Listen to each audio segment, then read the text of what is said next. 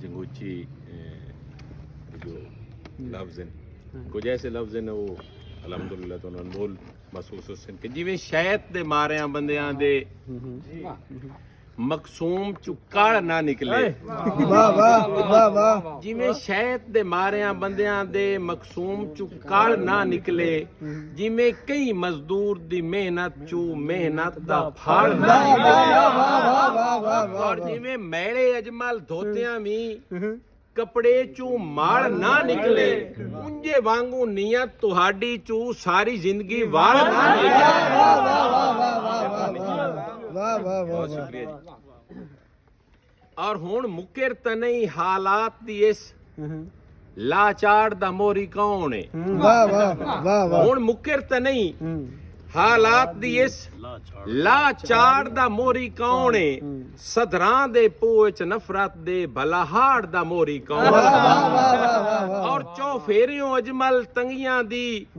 10 वाड़ दा मोरी कौन है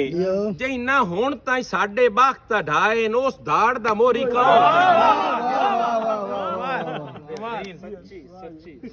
और सांगा गढ़ के तोड़ निभावण दी सांगा गढ़ के तोड़ निभावण नू सांगेदार मुनासिब नहीं जाता सांगा गढ़ के तोड़ निभावण नू सांगेदार मुनासिब नहीं जाता जिमें रैयत नू कोल वसावण दा सरदार मुनासिब नहीं जाता और मैनू इल्म अजमल जिस पारूं तुसा यार मुनासिब नहीं जाता हालात दी वेख के गर्दिश नू सरकार मुनासिब नहीं बहुत शुक्रिया सलामत रहो मैं अजमल हाँ कोई आम तो नहीं जी मैं चढ़ दे देंदा जोबन हाँ वाह मैं बख्त दी ढलदी शाम त नहीं वाह सर मैं चढ़ दे देंदा जोबन हाँ मैं बख्त दी ढलदी शाम त नहीं मैं तू पोर हाँ वेख त सही मैं बेसिदकी दा जाम मैं बहुत मेहरबानी बहुत शुक्रिया सलामत रहो जी मैं चढ़ दे दा जोबन हाँ मैं बख्त दी ढलदी शाम त नहीं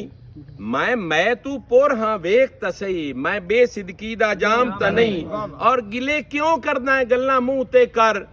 एडा लापरवाह मैं हाम त नहीं तैनू छोड़ के मैं क्यों जार पुनाई मैं अजमल हाँ कोई कमाल कमाल आखिरी शेर साडे कोल एक मकूला है आम रूटीन कि भुखे रजण ਤਾਂ ਪਿਛਲੀਆਂ ਤੰਗੀਆਂ ਦੇ ਲਮਹਾਤ ਵਿਸਾਰ ਛੁੜੇਂਦੇ ਭੁੱਖੇ ਰਜਣ ਤਾਂ ਪਿਛਲੀਆਂ ਤੰਗੀਆਂ ਦੇ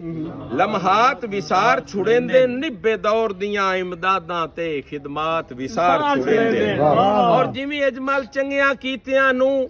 ਕਾਮਜ਼ਾਤ ਵਿਸਾਰ ਛੁੜੇਂਦੇ ਲੱਗੇ ਵਕਤ ਕਮੀਨਿਆਂ ਬੰਦਿਆਂ ਨੂੰ ਔਕਾਤ ਵਿਸਾਰ